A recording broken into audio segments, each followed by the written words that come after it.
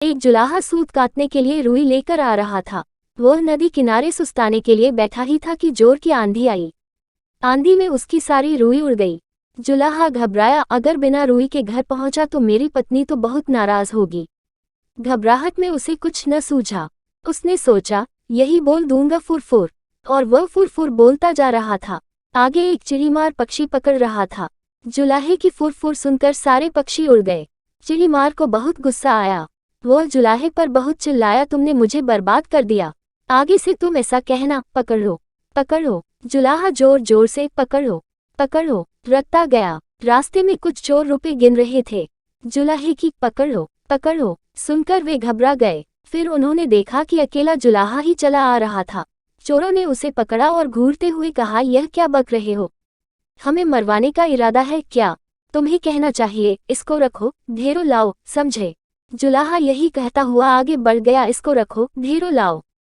जब वह शमशान के पास से गुजर रहा था तो वहां गांव वाले शवों को जला रहे थे।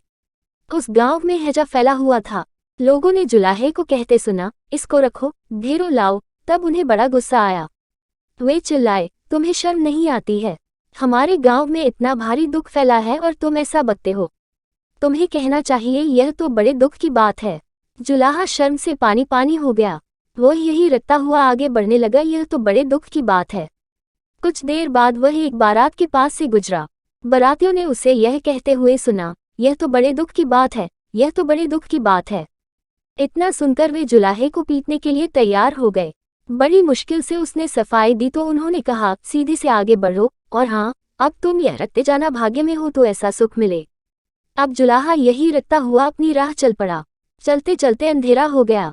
घर से निकलते समय उसकी पत्नी ने उससे यही कहा था कि जहाँ रात हो जाए वहीं सो जाना। जुलाहा थक भी गया था। वह वहां सो गया। अगले दिन जब सुबह उसके मुंह पर पानी पड़ा, तब जुलाहा हड़बड़ा कर उठा। आंखें खोली तो देखता ही रह गया, यह तो उसी का घर था और अभी अभी उसकी पत्नी ने ही उस पर पानी फेंका था। जुलाहे के मुंह से निकला, भाग्य में हो तो ऐसा सुख मिले।